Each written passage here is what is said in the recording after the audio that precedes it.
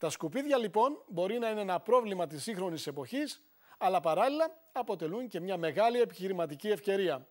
Στην Ελλάδα βέβαια, κανείς δεν θέλει στην περιοχή του να λειτουργεί χώρος υγειονομικής ταφής απορριμμάτων. Στην υπόλοιπη Ευρώπη όμως δεν συμβαίνει το ίδιο. Οι κάτοικοι επιδιώκουν να βρίσκονται κοντά σε χυτά γιατί έχουν δωρεάν ηλεκτρικό ρεύμα και άλλες παροχές. Εκτός από τα αστικά απορρίμματα αξιοποιούν τα υπολείμματα από τις γεωργικές καλλιέργειες μέχρι και τα λίμματα από κτηνοτροφικές μονάδες.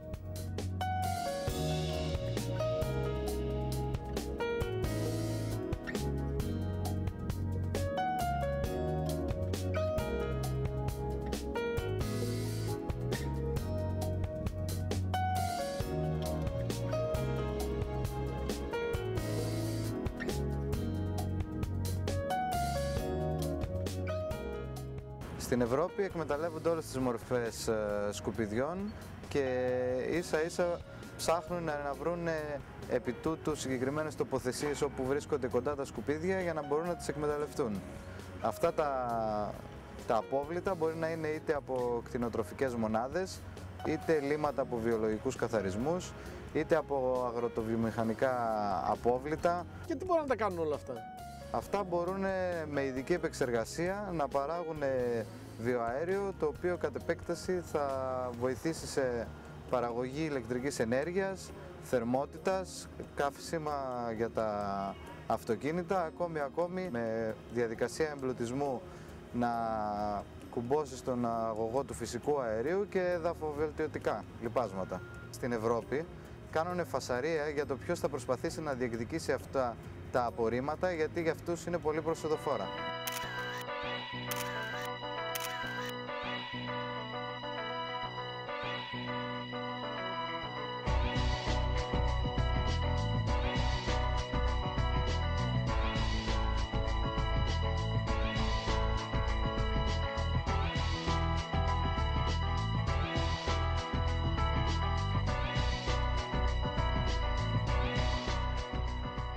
Σε ένα ταξίδι που κάναμε με το Κέντρο Ανανεώσιμων Πηγών Ενέργειας, τον κρατικό φορέα της χώρας μας, στη Τσεχία, Αυστρία και Γερμανία, όπου είναι χώρες με μεγάλη παράδοση στην παραγωγή βιομάζας και βιοαερίου, είδαμε ότι όλα αυτά που εμείς εδώ θεωρούμε περιττά, αυτοί τα εκμεταλλεύονται για να έχουν εμπορικά ωφέλη. Σε μια μονάδα στην Τσεχία, εκμεταλλευόμενοι σιτηρά, κάποια ενεργειακά φυτά, χειρολύματα και τα λύματα από βιολογικούς καθαρισμούς, παράγουν ηλεκτρικό ρεύμα και θερμότητα.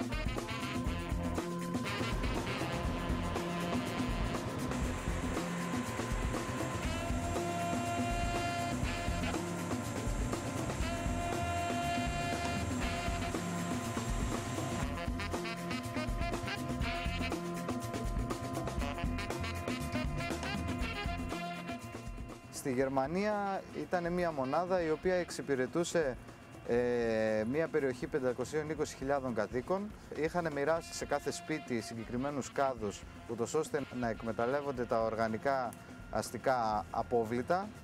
Τα παίρνουν, τα χωνεύουν, παράγουν ηλεκτρική ενέργεια και πάρα πολλά είδη εδαφοβελτιωτικών. Δηλαδή για διάφορες καλλιέργειες, λιπάσματα και κομπόστ.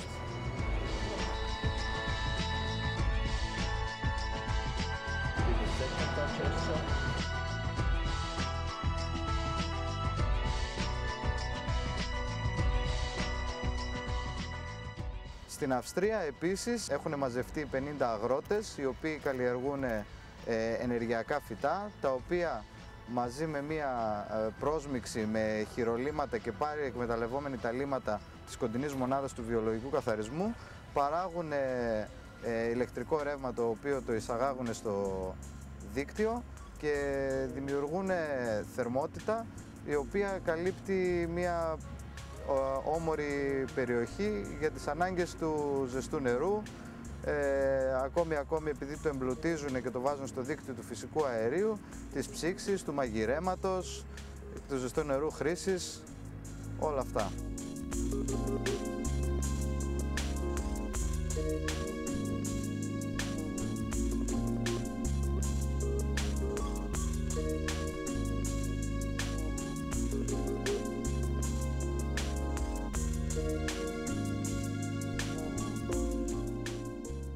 Στην Ελλάδα θα έπρεπε να βελτιωθούν λίγο οι αδειοδοτικές διαδικασίες, ούτως ώστε να μην αποθαρρύνουμε τους μελλοντικούς επενδυτές και να δοθούν και κάποια κίνητρα για να ασχοληθεί ο κόσμος περισσότερο, γιατί το δυναμικό υπάρχει.